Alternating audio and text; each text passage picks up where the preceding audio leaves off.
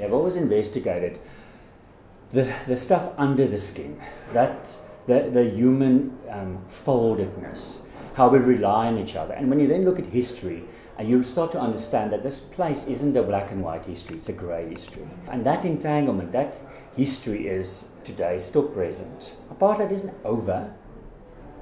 Just because we have a free constitution and Nelson Mandela is free, etc., that freedom, it doesn't mean it's over.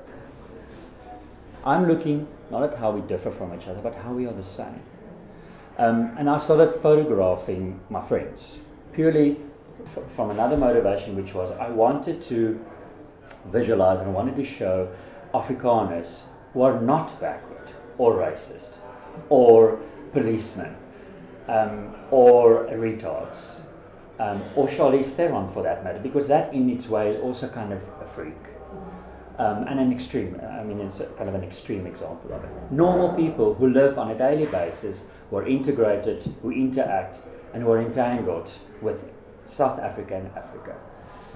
So it started out as a self-portrait in quite a simple way, using other people to paint hopefully a complex identity or complex picture of who I am.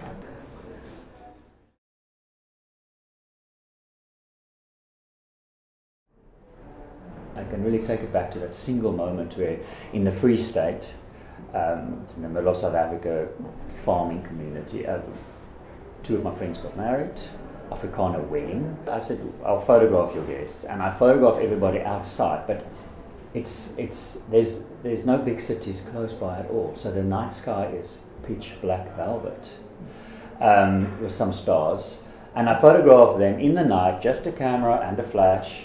And when I looked at the pictures, it looked like this. Now it's an in-studio stylized shot, but that's what it looked like. And I was kind of startled at it, and it immediately reminded me of the Dutch masters' paintings. And it looked painterly in some sense.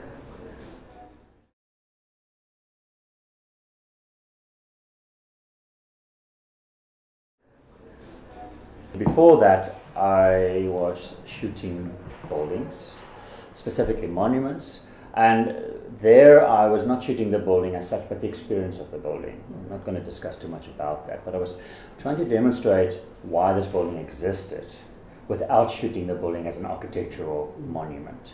So that thinking I then transferred into when I started shooting people.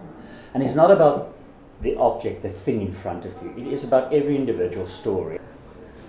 God is in the detail, but is in the editing, I'd like to say, is the images you choose. So out of 100 big pictures, I choose one picture. Sometimes I shoot 3 or 4 times, but I get one picture, it's that one. And that one is the one that I like to think reveals an inner life, if I have to be cliched about portraiture. But it, in a certain sense, for me, reveals something about that person, which talks about this bigger positioning of why they're here and how they're involved with being South African or being Afrikaner.